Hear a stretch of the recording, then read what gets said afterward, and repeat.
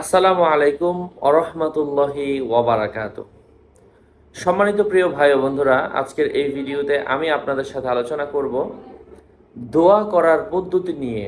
কোন পদ্ধতিতে, কোন নিয়মে দোয়া করলে আল্লাহ সুবহানাহু ওয়া তাআলা দোয়াগুলা কবুল করেন, এই বিষয়গুলো নিয়ে আজকের এই ভিডিওতে আমি আপনাদের সাথে আলোচনা করব ইনশাআল্লাহ।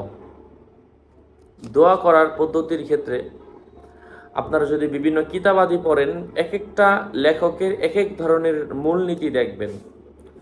তবে আবু দাউদ শরীফের মধ্যে হযরত ইবনে আব্বাস রাদিয়াল্লাহু তাআলা আনহু হতে বর্ণনা করা হয়েছে, নবী করিম সাল্লাল্লাহু আলাইহি ওয়াসাল্লাম বলেছেন, তোমরা যখন আল্লাহ পাকের নিকট কিছু পেতে চাও তখন দুহাত মুখমণ্ডল বরাবর উত্তোলন করে আল্লাহ তাআলার কাছে দোয়া করো।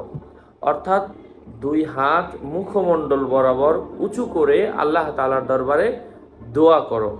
দোয়ার শেষে স্বীয় দু হাতখানা নিজের মুখমণ্ডলের মধ্যে এভাবে মুছে দাও। হযরত ওমর রাদিয়াল্লাহু তাআলা আনহু বলেন, যতক্ষণ মোনাজাত করতেন ততক্ষণ পর্যন্ত নিজ হস্ত মোবারক দুখানা নিচে নামাতেন না এবং চেহারা মোবারক হাত মাসে করে তারপরে নিচে নামাতেন। অর্থাৎ দোয়া কবুল হওয়ার জন্য একটা শর্ত হচ্ছে আপনি হাত তুলে আল্লাহ তাআলার কাছে দোয়া করবেন। হাদিস থেকে আমরা এতটুকুই জানতে পারছি।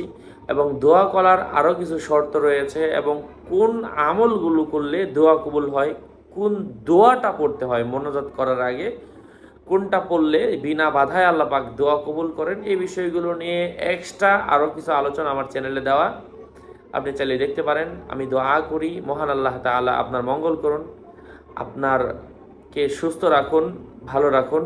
আরও আপডেট পেতে আমার চ্যানেলটি সাবস্ক্রাইব করতে ভুলবেন না এবং আমার ভেরিফাইড চ্যানেলের ডিসক্রিপশন বক্সে ক্লিক করলে আমার পেজ, আমার আইডির লিঙ্ক আসবে। এখান থেকে ক্লিক করে আপনি আমার পেজ এবং আমার আইডি পেতে পারেন।